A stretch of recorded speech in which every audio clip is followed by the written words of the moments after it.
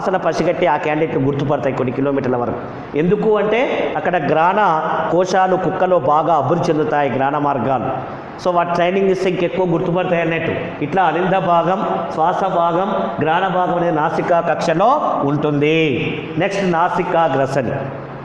So ఇక్కడ నాసికా కక్ష అంతర నాసికా రంధ్రాల ద్వారా నాసికా గ్రసనిలోకి తెచ్చుకుంటుంది. సో ఎప్పుడైతే నాసికా గ్రసనిలోకి తెచ్చుకుంటుందో నాసికా గ్రసని అనేది నేరుగా అంటే మనకు ఏదైతే నాసికా గ్రసని మనకు ఒక ప్రత్యేకమైన భాగం, ఇంతకుముందు చెప్పుకున్నాం. నాసికా గ్రసని దేంట్లో ఒక భాగం, అది గ్రసనిలో ఒక భాగం. జీర్ణ వ్యవస్థలో గ్రసని వచ్చింది మనకు. గ్రసని 3 భాగాలు ఉంది.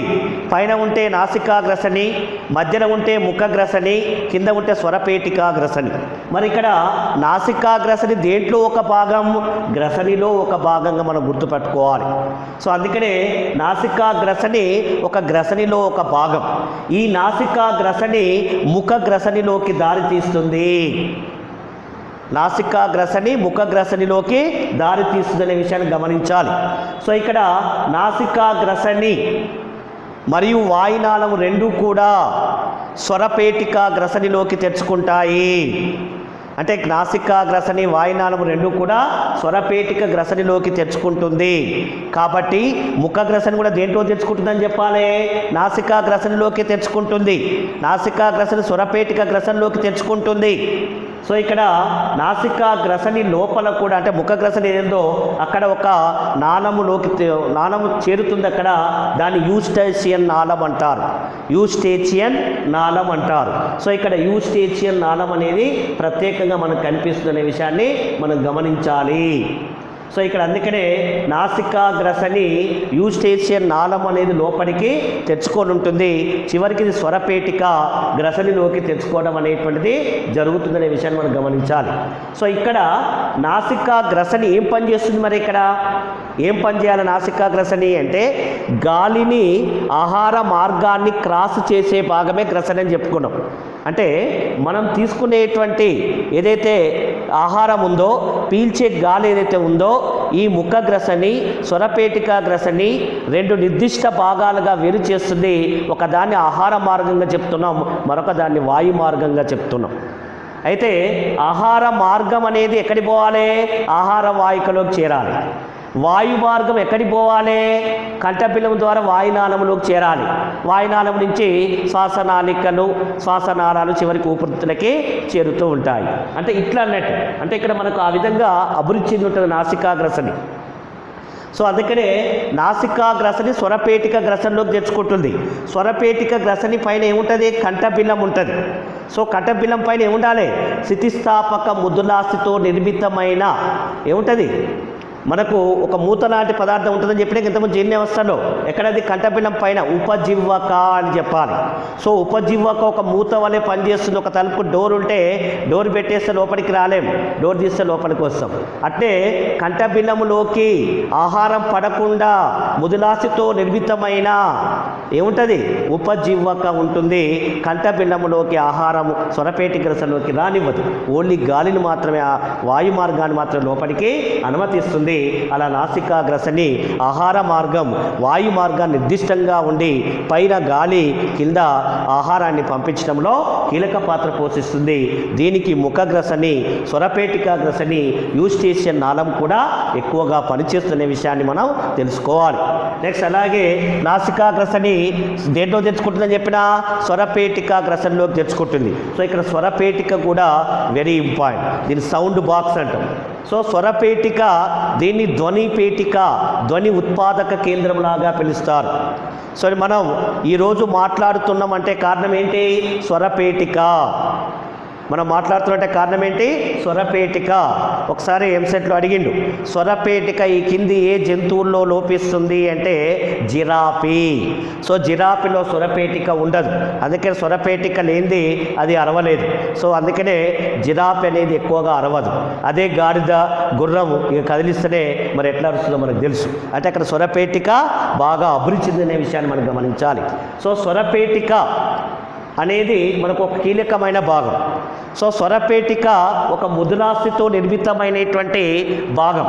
స్వరపేటిక కింద మనకు వాయునాళం ఉంటుంది. అయితే స్వరపేటిక చుట్టూ 9 భాగాలుగా నిర్మితమైనటువంటి ముదులాస్థి ఫలకాలు ఉంటాయి. అంటే 9తో నిర్మితమైనటువంటి 9 ముదులాస్థి ఫలకాలు ఉంటాయి స్వరపేటిక చుట్టూ. సో అవేంటి? ఒకటి క్రీకాయిడ్ ఫలకం, థైరాయిడ్ ఫలకం, ఉపజీవక అద్వంద్వ ఫలకాలు ఉంటాయి. అంటే థైరాయిడ్ వేరు, క్రీకాయిడ్ వేరు, ఉపజీవక వేరు. అయితే దీంట్లో థైరాయిడ్ ఫలకం అనేది చాలా పెద్దది. థైరాయిడ్ ఫలకం అనేది చాలా పెద్దదని గమనించాలి మనం.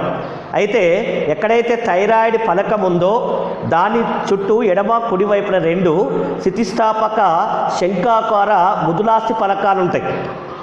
వాటిలో ఒకటి ఏం సార్ అంటే మనకు అరిటినాయిడ్, అంటే ఇక్కడ మనకు ఒకటి అరిటినాయిడ్ అనేటువంటి ఒక ఫలకం ఉంటుంది. ఓకేనా? అరిటినాయిడ్ అనేటువంటి ఒక ఫలకం ఉంటుంది. అలాగే క్యూలేట్ ఫలకం అనేది మరొకటి ఉంటుంది.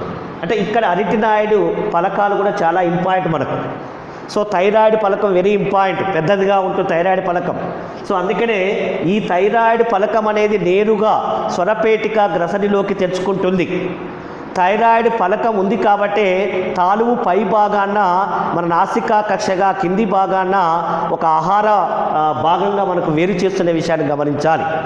సో ఇక్కడ స్వరపేటిక అంటే ఏదైతే మనకు ఈ 9 ముదులాస్థి ఫలకాలు ఉంటాయో మరి అక్కడ శానిటరీ కానీ, అరిటినాయిడ్ కానీ, క్యూలేట్ ఫలకము కానీ, అలాగే థైరాయిడ్ ఫలకము కానీ, మరియు క్రీకాయిడ్ ఫలకము కానీ, ఈ ఫలకాలన్నీ కూడా స్వరపేటిక చుట్టే ఉండటం వలనే మనకు ఒక ధ్వని ఉత్పాద కేంద్రంగా స్వరపేటిక పనిచేస్తున్న విషయాన్ని మనం గమనించాలి. మరి ఈ థైరాయిడ్ ఫలకం ఉదర భాగాన, థైరాయిడ్ ఫలకం మీద ఉదర భాగం ఉంటుంది కదా, ఆ ఉదర భాగం కొద్దిగా ఉబ్బెత్తుగా కనిపిస్తుంది. థైరాయిడ్ ఫలకం ఇది అనుకోండి, ఈ కింది ఉదర భాగాన్ని ఉబ్బెత్తు కనిపిస్తుంది. దీన్ని అడమ్ యాపిల్స్ అంటారు. అడమ్స్ యాపిల్ అంటారు. అంటే ఇక్కడనే మనకు గౌద బిళ్ళలు ఉంటాయి. స్వరపేటిక అడమ్స్ యాపిల్స్ దగ్గర గౌద బిళ్ళలు ఉంటాయి. వాటిని మనం ట్రాన్సిల్స్ అంటాం చూడండి, గొంతింతలా వాస్తుంది. సో అది గౌద బిళ్ళ థైరాయిడ్ ఇన్ఫెక్షన్ వల్ల వస్తుంది అన్నట్టు. సో అట్లాంటిది మనకి ఇక్కడ ఈ అడమ్స్ యాపిల్స్ అనేవి మనకు కనిపిస్తాయి థైరాయిడ్ ఫలకం యొక్క ఉదర భాగంలో.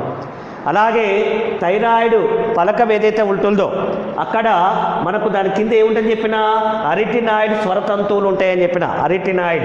సో అరిటినాయిడ్ అంటే 2 అరిటినాయిడ్ మధ్యలో ఖాళీ ప్రదేశం ఉంటుంది. 2 ఎడమ కుడి వైపు ఉంటుంది, లెఫ్ట్ రైట్. సో ఈ 2 అరిటినాయిడ్ స్వరతంతువుల మధ్య ఖాళీ ప్రదేశం మనకు కనిపిస్తుంది. ఆ ఖాళీ ప్రదేశాన్ని రీమా గ్లాటిడస్ అంటారు. 2 అరిటినాయిడ్ ఫలకాల మధ్య ఖాళీ ప్రదేశం ఉంటుంది. దీన్నే రీమా గ్లాటిడిస్ అంటారు. 2 మార్క్స్లో వెరీ ఇంపార్టెంట్. రీమా గ్లాటిడిస్ అనేది 2 అరిటినాయిడ్ ముదులాస్థి ఫలకాల మధ్య ఉంటుందనే విషయాన్ని మనం గమనించాలి. సో ఇక్కడ ఈ స్వరపేటిక కూడా ఒక ఇంపార్టెంట్ భాగంగా మనం చెప్పుకోవచ్చు. ఎందుకంటే స్వరపేటిక కూడా ఒక ధ్వనిని ఉత్పత్తి చేసేది. చూడండి, పురుషుల్లో ఒక తీరంగా, మన స్త్రీలలో ఒక రకంగా ఉంటుంది స్వరపేటిక. పురుషుల్లో పొడవుగా మరియు మందముగా ఉంటుంది. సో ఉండటం వల్ల పురుషుల్లో అల్పధ్వని వస్తుంది, తక్కువ ధ్వని వస్తుంది. అదే స్త్రీలలో చిన్నపిల్లలు చూడండి, చిన్నపిల్లలు ఏడిస్తే మనం ఇక తట్టుకోలేని పరిస్థితి. ఇక స్త్రీలు కొట్లాడితే ఇక్కడ స్త్రీలు మనం మాట్లాడుతుంటే గట్టిగా మాట్లాడుతారు కొంతమంది. సో ఎందుకు అంటే స్త్రీలలో ఈ యొక్క స్వరపేటిక పొట్టిగా ఉండి పల్చగా ఉండటం వల్ల ధ్వని అనేది ఎక్కువగా ఉంటుంది. సో అట్లా స్వరపేటిక అభివృద్ధి చెందుతుంది. జిరాఫీలో మాత్రం స్వరపేటిక లోపిస్తుంది కాబట్టి సో అక్కడ సౌండ్ రాదు, ధ్వని రాదు. మిగతా అన్ని జీవుల్లో ఉంటుంది, కానీ పక్షుల్లో కూడా ఉండదు. కానీ శబ్దిని అనేటి ఒక నిర్మాణం పక్షుల్లో ఉంటుంది, సైరింగ్స్. ఆ శబ్దిని ద్వారా శబ్దం అనేది పక్షుల్లో ఉత్పత్తి అవుతున్న విషయాన్ని గమనించాలి. నెక్స్ట్ వాయునాళం. సో ఇక్కడ నాసికా గ్రసని చూడండి, ఇక్కడ మనకు ఉపజీవక చూడండి, ఇక్కడ ఇది స్వరపేటిక, ఇదంతా కూడా వాయునాళం అని గమనించాలి. సో వాయునాళం అనేది మనకు పొట్టిగా మరియు వెడల్పుగా ఉండేటువంటి ఒక నిర్మాణం వాయునాళం. వాయునాళం అనేది లోపల సి ఆకారపు ముదులాస్థి వలయాలు ఉంటాయి. సి ఆకారపు ముదులాస్థి వలయాలు ఉంటాయి. సో వాటిని ఏమంటావు సార్ అంటే టినీడియాలు అంటారు. అంటే వాయునాళం యొక్క లోపల ముదులాస్థి వలయాలు ఉంటాయి, వాటిని టినీడియాలు అంటారు. సో వాయునాళం యొక్క లోపల గోడలు ఉంటాయా, ఆ గోడల్ని ఆవరిస్తే ఏముంటాయి, కచాప ముదులాస్థి వలయాలు ఉంటాయి. కచాప ముదులాస్థి వలయాలు ఉంటాయి వాయునాళం గోడ లోపల, కచాప ముదులాస్థి వలయాలు ఉంటాయి. సో దానివల్ల గాలి పీల్చినప్పుడు నేరుగా స్వరపేటిక నుంచి వాయునాళంలోకి పడటానికి ముఖ్య పాత్ర పోషిస్తుంది. సో ఎక్కడైతే ఈ యొక్క స్థితిస్థాపక ముదులాస్థి వలయాలు అంటే టినీడియాలు ఉంటాయో లేదా కచాప ముదులాస్థి వలయాలు లోపలి వైపున అమరి ఉండటం వలన వాయునాళం ఎల్లప్పుడూ తెచ్చుకొనే ఉంటుంది. అలా తెచ్చుకోవడం వలనే మనం పీల్చినటువంటి బాహ్య నాసికలో పీల్చిన గాలి నేరుగా వాయునాళం గుండా ఊపిరిలోకి చేరటం అనేది గమనించవచ్చు. కాబట్టి వాయునాళం ముడుచుకొని పోకుండా ఎల్లప్పుడూ కూడా క్యాపిటల్ సి ఆకారపు ఈ కచాప ముదులాస్థి వలయాలే కాపాడుతుంటాయి. అందుకనే గాలి నేరుగా వాయునాళంకి తదనంతరం ఊపిరిలోకి పోవడం అనేది జరుగుతూ ఉండే విషయాన్ని గమనించండి. సో ఇక్కడ ఈ విధంగా వాయునాళం ఉంటుంది. అదేవిధంగా వాయునాళం యొక్క లోపల మనకు మిథ్యా స్థరిత శైలికామయ ఉపకళ కణజాలం కూడా ఉంటుంది. అంటే ఇక్కడ శైలికామయ ఉపకళ ఉంటాయి. అంటే శైలికా ఉపకళలో మనకు నాసిక గ్రసనిలో ఉంటాయి. అలాగే వాయునాళం యొక్క లోపల కూడా శైలికామయ ఉపకణాలు ఉంటాయి. దాని యొక్క లోపలి గోడల్లో చూస్తే మిథ్యాస్థరిత శైలికామయ ఉపకణాలు కాడ ఉండి అది జారేటట్టుగా గుణాన్ని శ్లేష్మాన్ని కలిగి ఉంటుంది. సో అందుకనే మనం గాలి పిలవగానే ఎమ్మటే లోపలికి వెళ్ళిపోద్ది. సో ఇక్కడ మనకు ఉపజీవక సరిగా పనిచేయకపోతే మనకు పొరబడుతుంది. మన వేగంతో ఆహారం తీసుకునేటప్పుడు, టీవీ చూసేటప్పుడు, మాట్లాడేటప్పుడు ఆహారం తింటారు కొంతమంది. దానివల్ల ఏమైతే స్టక్ అవుతుంది గాలి. ఎందుకంటే ఒకేసారి కంఠపిలం పైన ఉన్న ఉపజీవక మూసుకొని పోకపోతే నేరుగా ఆహారం వాయునాళంలోకి వెళ్ళిపోతుంది. మరి అప్పుడు ఊపిరి ఆడక చనిపోయేటువంటి పరిస్థితి చిన్నపిల్లల్లో మరి పెద్దవారిలో కూడా కనిపించవచ్చు. కాబట్టి ఆ విషయాన్ని మనం గమనించాలి. సో ఇక్కడ వాయునాళం అనేటువంటి ఒక ప్రధానమైన పాత్ర పోషిస్తుంది ఈ యొక్క శ్వాస వ్యవస్థలో. వాయునాళం కిందికి చేరి అంటే ఇక్కడ మనకు శాఖలుగా చీలుతుంది. అంటే వాయునాళం ఏమైతే ఉంటుంది ఇక్కడ కిందికి ప్రయాణించి శాఖలుగా చీలుతుంది అన్నట్టు. ఆ శాఖల్ని మనం ఇక్కడ ఏమంటున్నాము, వాయునాళం అనేది నిలువుగా చీలి 2 శాఖల్ని ఏర్పరుస్తుంది. వాటిని ప్రాథమిక శ్వాసనాళాలు అంటారు. ప్రాథమిక శ్వాసనాళాలు అంటారు. చూడండి ఇక్కడ ఈ విధంగా ప్రాథమిక శ్వాసనాళాలు అనేటువంటివి ఏర్పడుతున్నాయి. ఈ ప్రాథమిక శ్వాసనాళాలు మరి కిందికి ప్రయాణించి అంటే ప్రాథమిక శ్వాసనాళం అనేది ఇట్లా ఏర్పడుతుంది అన్నట్టు. వాయునాళం ఇదొక శాఖగా ఏర్పడుతుంది. అదేవిధంగా ఎడమవైపు పోయి ఇంకొక శాఖను ఏర్పరుస్తుంది. దాన్ని ద్వితీయ శ్వాసనాళం అంటారు. అంటే మొదటగా ఏర్పడేదాన్ని ప్రాథమిక శ్వాసనాళాలు, రెండో వైపున ఏర్పడేదాన్ని ద్వితీయ శ్వాసనాళాలు అంటారు. ఈ ప్రాథమిక ద్వితీయ శ్వాసనాళాలు అనేవి ఊపిరితిత్తుల యొక్క లోపలికి వెళ్ళిపోతాయి. అందుకనే ప్రాథమిక శ్వాసనాళము మళ్ళీ శాఖోపశాఖలుగా అంటే ఇక్కడ లోపలికి వచ్చి శాఖలుగా చీలి ప్రథమ, ద్వితీయ, తృతీయ శ్వాసనాళికల్ని ఏర్పరుస్తుంది. అంటే ప్రథమ, ద్వితీయ, తృతీయ శ్వాసనాళాలు ఎలా ఏర్పడతాయో మళ్ళీ తిరిగి అనేక ఉపశాఖలుగా చీలిపోయి ఊపిరితిత్తులోకి వ్యాపిస్తుంది. కాబట్టి ఇక్కడ ప్రథమ, ద్వితీయ, తృతీయ శ్వాసనాళికలను ఏర్పరుస్తుంది. దీని యొక్క లోపల కూడా శ్వాసనాళిక లోపల కూడా మిథ్యాస్థరిత శైలికామయ ఉపకళ కణజాలం ఉంటుంది.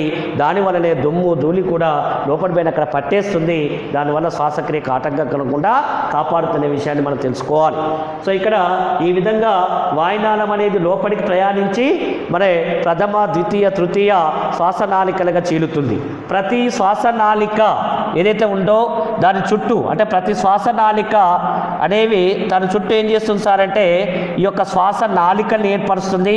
ఈ శ్వాసనాళిక చుట్టూ వాయు కోశాలు అనేటువంటివి ఏర్పడతాయి. సో కొన్ని మిలియన్ల వాయుకోశాలు అనేటువంటివి మన యొక్క శ్వాసనాళికల చుట్టూ ఉంటాయి. ప్రతి వాయుకోశం అని చుట్టూ వాయుగూనితో నింపబడి ఉంటుంది. ప్రతి వాయుకోశాల చుట్టూ వాయుగూనులు అమరి ఉంటాయి. సో వాయుకోశాలలో వాయువుల వినిమయం జరుగుతుంది. అంటే ఏంది, గాలి లోపలికి వస్తే ఉచ్ఛ్వాసం, గాలి బయటకు వదిలితే నిశ్వాసం. ఈ ఉచ్ఛ్వాస నిశ్వాసం ఫలితంగా ఆక్సిజన్ కార్బన్ డైఆక్సైడ్ పరస్పర వాయు మార్పిడి చెందుతాయి. దేంట్లో? వాయు కోశాలు మరియు వాయుగోళంలో చెందుతాయి. సో ఈ విధంగా శ్వాసక్రియ అనేటువంటి ఉచ్ఛ్వాసం నిశ్వాసం ఫలితంగా జరుగుతుంది. సో అందుకనే వాయునాళం దేంతో చేసుకుంటే శ్వాసనాళము చివరికి శ్వాసనాళికలుగా మారిపోతుంది అనే విషయాన్ని గమనించాలి. ప్రతి శ్వాసనాళికల చుట్టూ వాయు కోశాలు దాన్ని ఆవరిస్తూ వాయుగోళులు మందముగా ఉంటాయి. దానివల్లే గాలి అనేది బయటికి పోకుండా కాపాడుతుంది. తర్వాత నేరుగా ఊపిరితిత్తులోకి చేరటం అనేది మనం గమనించవచ్చు.